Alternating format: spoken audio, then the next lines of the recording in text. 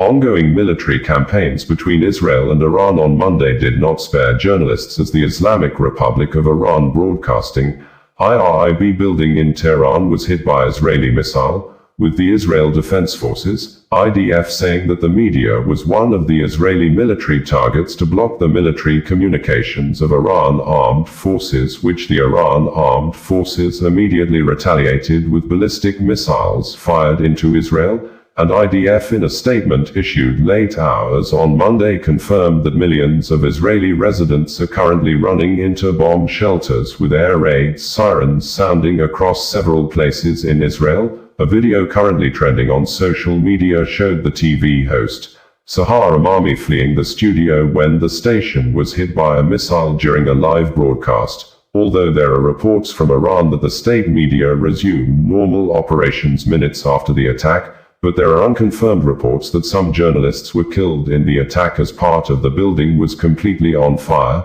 This international news agency, Reuters, put the total deaths recorded so far since the war began on Friday at 248, quoting Iranian source of Iran suffering 224 deaths, and Israeli source saying Israel has recorded 24 deaths. Local media reported that the Israeli airstrikes hit the headquarters of the Islamic Republic of Iran Broadcasting IRIB in Tehran, Iran's main state-run media network, at about 6:34 p.m. on Monday. The reports indicated that the strike disrupted television and radio signals reaching tens of millions of Iranians across the country and beyond. Initial reports say casualties have occurred, though exact figures are still unconfirmed, according to local media. The IDF said the attack was part of its broader campaign targeting military infrastructure inside Iran. Israel Defense Forces IDF in a number of tweets stated that, once again, millions of Israelis are forced to run to shelter following projectile fire from Iran. Recap of our recent operations over Tehran.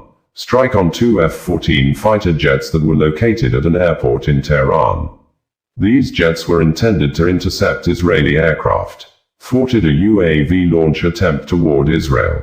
Eliminated a launch cell minutes before launch toward Israel after intelligence tracked and identified its launch team deploying UAV launchers and weapons. Today, the Israeli Air Force conducted a precise strike based on intelligence targeting a communication center that was being used for military purposes by the Iranian armed forces. The building was used by the Iranian armed forces under the guise of civilian activity, covering up the military use of the center's infrastructure and